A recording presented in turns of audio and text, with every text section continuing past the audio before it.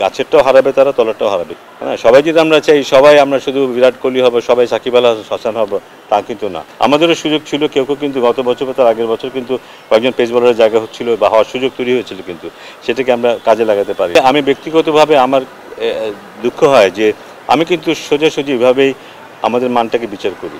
পৃথিবীর মঞ্চে আমি যদি জায়গা পাই তার মানে আমার অবস্থাটা ভালো, পৃথিবীর মঞ্চে আমরা যদি জায়গা না পাই তার মানে হচ্ছে যে আমাদের অবস্থাটা ভালো না। সো এটা জোর করে কিন্তু আমি এই দেশে বলি, ওই দেশে বলি, এই ফ্র্যাঞ্চাইজি বলি, ওই ফ্র্যাঞ্চাইজি লিগে ঢুকাতে পারবো না, কিন্তু যোগ্যতা থাকলে ঢুকতে পারবে। আমাদেরও সুযোগ ছিল, কেউ কেউ কিন্তু গত বছর বা তার আগের বছর কিন্তু কয়েকজন পেস বোলারের জায়গা হচ্ছিল বা হওয়ার সুযোগ তৈরি হয়েছিল, কিন্তু সেটাকে আমরা কাজে লাগাতে পারিনি। সো অনেকগুলো ব্যাপার আছে, বাট আমার মনে হয় আমাদের চেষ্টা থাকা উচিত ইন্টারন্যাশনাল এই সুযোগগুলোকে কাজে লাগানো। আমাদের জন্য খুব ভালো এক্সাম্পল হচ্ছে আফগানিস্তান শুধু এই করেই কিন্তু ওদের প্লেয়ারদেরকে গ্র্যাজুয়ালি এই জায়গাটা নিয়ে এসছে, এবং আস্তে আস্তে ওদের কিন্তু খেলোয়াড়ের সংখ্যা বাড়ছে কিন্তু ওই জায়গাটায়, এবং আমরা কিন্তু পিছিয়ে পড়ছি। সো আমাদেরকে ওই অ্যাভিনিউগুলোকে কাজে লাগানোর চেষ্টা করতে হবে, এবং অদূর ভবিষ্যতে আমরা সেই চেষ্টা ডেফিনেটলি করবো।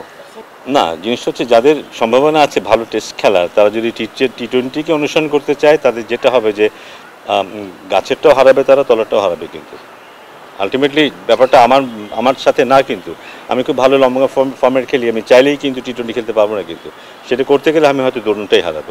এটা খেলোয়াড়কেও বুঝতে হবে, খেলোয়াড় আশেপাশে যারা থাকে, গাইড যারা করে তাদেরকেও বুঝতে হবে কিন্তু, এবং সবারই একটা দায়িত্ব আছে কিন্তু। হ্যাঁ, সবাই যদি আমরা চাই সবাই আমরা শুধু বিরাট কোহলি হবো, সবাই সাকিব আল হাসান হবো, তা কিন্তু না। কাউকে কিন্তু অন্য রোল প্লে করতে হবে, অনেকের সীমাবদ্ধতা থাকবে, একটা ফর্মেটই হয়তো খেলতে পারবে, তাকে সেখানে রাখতে হবে। বাট বোর্ডের দায়িত্ব হচ্ছে যে একটা ফর্মেট খেলবে, তাকে সেভাবে তার রক্ষণাবেক্ষণ করা হলো বোর্ডের দায়িত্ব, সেই সিকিউরিটি দেওয়া বোর্ডের দায়িত্ব। না, হয়তো এরকম করতে হবে। জিনিসটা হচ্ছে যে এখন যেটা দাঁড়িয়েছে, গত অনেক দিনে যেটা আমরা দেখেছি, আমিও বাইরে থেকে দেখেছি, হ্যাঁ, একজন ভালো খেলে, টেস্ট ক্রিকেটে ভালো খেলে, এবং তার মাথায় এটাই আসে যে আমি যদি টি-20 খেলতে না পারি আমার ইনকাম অনেক কম হবে, আমি যদি ওয়ানডে খেলতে না পারি আমার ইনকাম অনেক কম হবে। সো আমি আস্তে আস্তে ওরকম খেলার চেষ্টা করি, ওটা করতে গিয়ে আমরা দুইজনকে কিন্তু নিজেদের স্কিল হারাতে দেখেছি কিন্তু।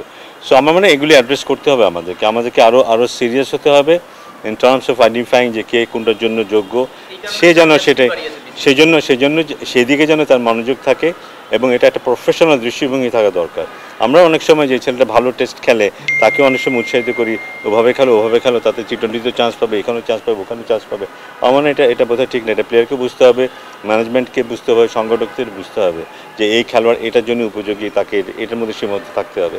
দু একজন খেলোয়াড় থাকবেই যারা হয়তো 3টে ফর্মেটে খেলবে, কিন্তু ভবিষ্যতে কিন্তু 3 ফর্মেটে খেলোয়াড় কমে যাবে, কিন্তু হয়তো ম্যাক্সিমাম 2টো ফর্মেটে খেলতে পারবে। সো আমরা ডেফিনেটলি যেটা চুলচেরা একটা বিশ্লেষণ করার চেষ্টা করবো ডেফিনেটলি, এবং তারপরে যেটা করতে হবে, কারণ আমাদেরকে ভালো খেলতেই হবে, দের ইজ নো অল্টারনেটিভ। ভালো খেলার জন্য যেটা করতে হবে, যেসব সিদ্ধান্ত নিতে হবে, কিছু সিদ্ধান্ত সবার খুব ভালো লাগতে পারে, কিছু সিদ্ধান্ত সব ভালো নাও লাগতে পারে, কিন্তু সিদ্ধান্তগুলো আমরা নিতে হবে যদি আমরা ভালো খেলতে চাই।